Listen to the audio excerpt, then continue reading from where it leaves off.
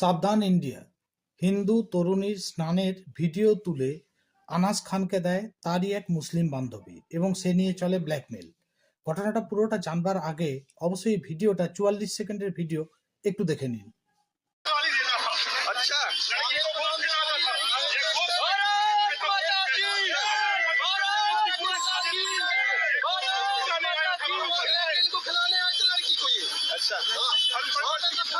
कैसे आप लोगों को जानकारी लगी, कैसे इसको आपने रंगे हाथों पकड़ लिया? हमारे बहनों के द्वारा जानकारी लगी, लड़की प्रताड़ित थी, उसने खुद संपर्क किया चालक जिहादी से 1000 की मांग की, रुपए मांग कर रहा था। ये जिहादी से बचाने के लिए उस लड़की ने स्वयं को हाथ लगाई, बजरंग दल का द्वार खटखटाया, बागेश्वर धाम को गाली देता था। अच्छा लड़की को बहुत खिला ঘটনাটা মারাত্মক। এক বান্ধবী আরেক বান্ধবীকে বিশ্বাস করবে, এটাই হওয়া উচিত এবং সেখানে কোনো ধর্ম, জাতপাত ইত্যাদি দেখাটা উচিত নয়। সেরকমই দেখেছিল এক হিন্দু তরুণী।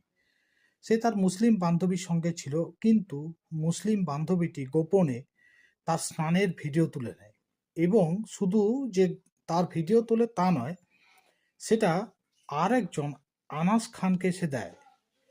এরপর আনাস খান করে কি, সেই ভিডিওটা নিয়ে ওই মেয়েটিকে, অর্থাৎ হিন্দু মেয়েটিকে, আমি নাম প্রকাশ করছি না, তাকে ব্ল্যাকমেল করতে থাকে এবং তার কাছে দাবি করে 35,000 টাকা, পাশাপাশি তাকে ধর্মান্তরিত করার চাপও দেওয়া হয় এবং নিষিদ্ধ মাংস খাওয়ানোর চেষ্টা করে।